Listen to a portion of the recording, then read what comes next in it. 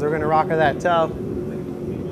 Because if you rocker the toe first, it'll be pretty difficult to get a clip on it. So.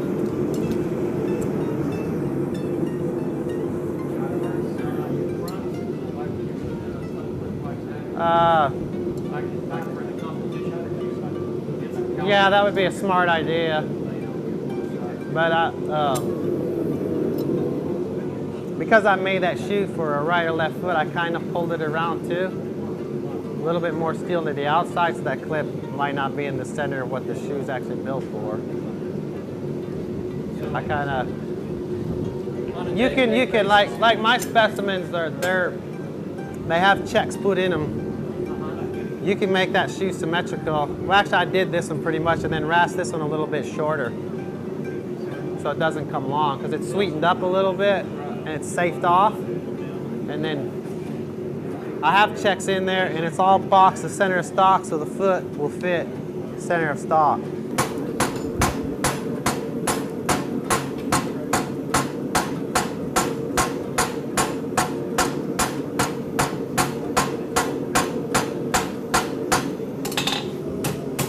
Flatten it all the way around the clip.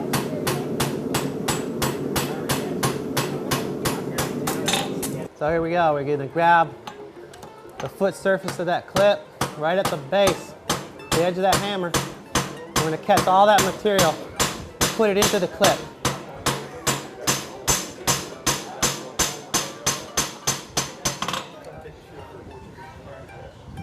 If you don't grab all that material, you'll push it right back into the web, and you'll lose it all. You'll have a little short, stumpy clip.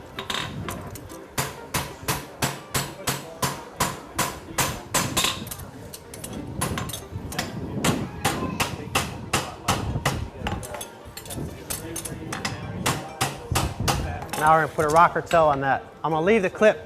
I'm not going to set it till after the rocker toe is done. Keep it out of the way. Your nail holes. Flat hammer blows, light.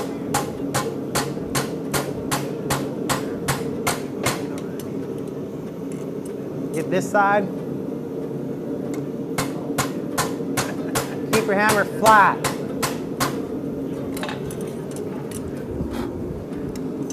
Then you got to get over here, and when you pound that down, this is going to get round in these branches. You got to flatten it back out.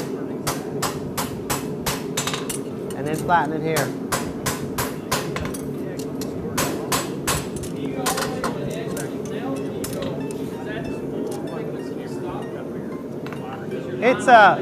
It's about 3/4 of the web where the line is, just in front of the nail holes.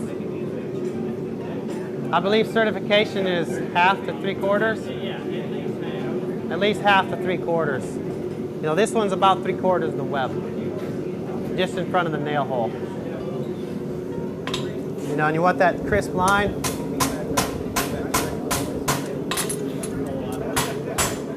You gotta keep flattening it, so to make the transition where it's crisp.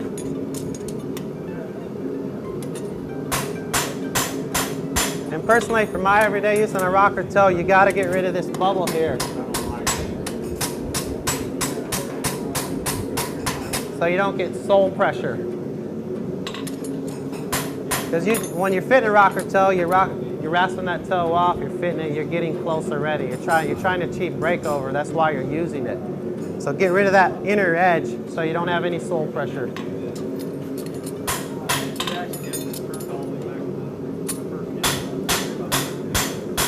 And then set the clip to the angle of hoof wall. And I think in certification too, the rocker is supposed to be at a 90 with the hoof wall.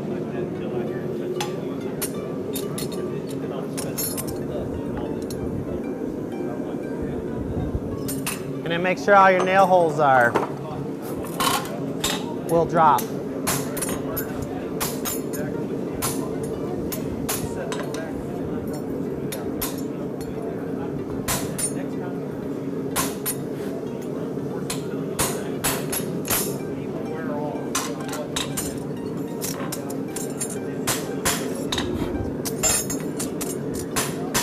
I feel like if you fit this and you fit the rest of the foot right, you don't have to have so much steel on a horse as you think. Everybody's trying to put support, you need support. At some point, support is leverage. I think right, and width, it's all leverage at some point. I believe if you come back and the foot in 6 weeks is healthy and still on the shoe, no matter how tight it was, you did a good job. If it's not on the shoe, you need more shoe. You need more length, you need more width, whatever it takes to achieve that. But I think the better you fit the feet and you fit these heels, you won't have to fit them with as much steel as you normally thought you did.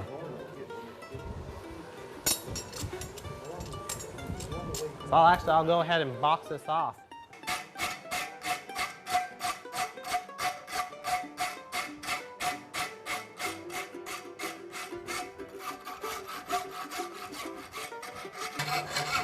So it's not going to be trappy. I want the heel in the center of the stock, and I want it boxed so where that heel is going to fit. The more lateral support you need, the more you have to box it. On this type of foot, they're always wrappy heels anyways. If you're going to have a foot of that shape, you're going to want that width out there to support the bulbs of the foot. So you're going to box it more. With that ball, you know, the buttress comes center of stock, box to it. It can be set up for the horse's foot, a specific horse's foot, right from the start. And I think that's horseshoeing, is having a plan before you even start. What's your plan?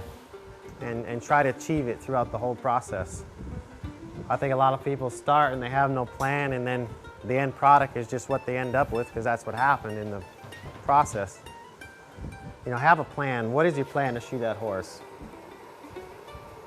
Is he upright? Is his toe run out? Is he flared?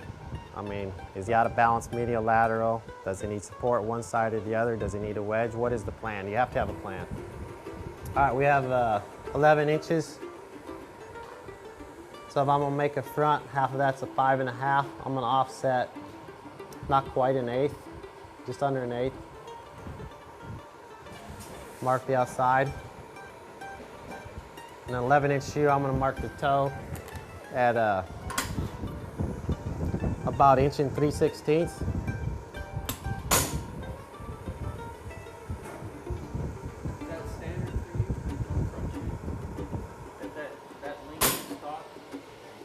Yeah, pretty standard, but if you're making for a horse, there again, if it's a pointy front, you would have the nails further up. If it's a real bold, like that last shape I made, you would go out a little further.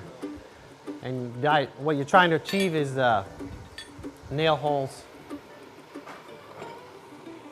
If you run a line through the center of the nail holes, they would be in line with the inner web of the stock. So if you change whether it's a bold toe or a pointed toe, that'll change that position. Do you have, as you were building shoes and practicing, do you have like a standard for each length and then you just work off of that? Yeah, yeah, pretty much.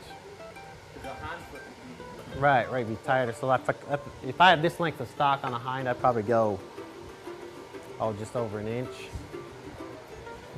Do you have increments over that, like when you get into 12, 13? Yeah, 12, I'd go 1 3/8 probably on a front, 1 1/4 on a hind maybe, 1 1/8.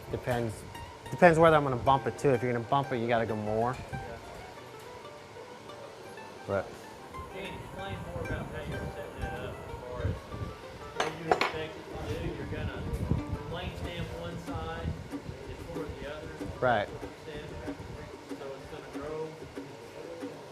That's going to grow because you're going to have to move your center. Right.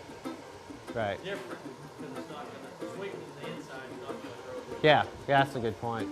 But yeah, so. More thinking involved. Right, to do it right. this way than just Well, in a plane, right. shoe that's going to be all set at 8 Right. Yeah, it gets back to the plan, whether you're doing a plain stamp or a crease. So if you're making a plain stamp for a foot, it's not going to stretch as much because when you crease it, you're displacing material, and then you're drawing it back to the same section, it's going to get length. So on average, you need a 1/4 inch less per branch or a 1/2 inch less for a crease shoe than you would a plain stamp. That's generally about a 1/2 inch less. 3/8. It depends how you work your shoes. Because you gain about a 1/4 per branch.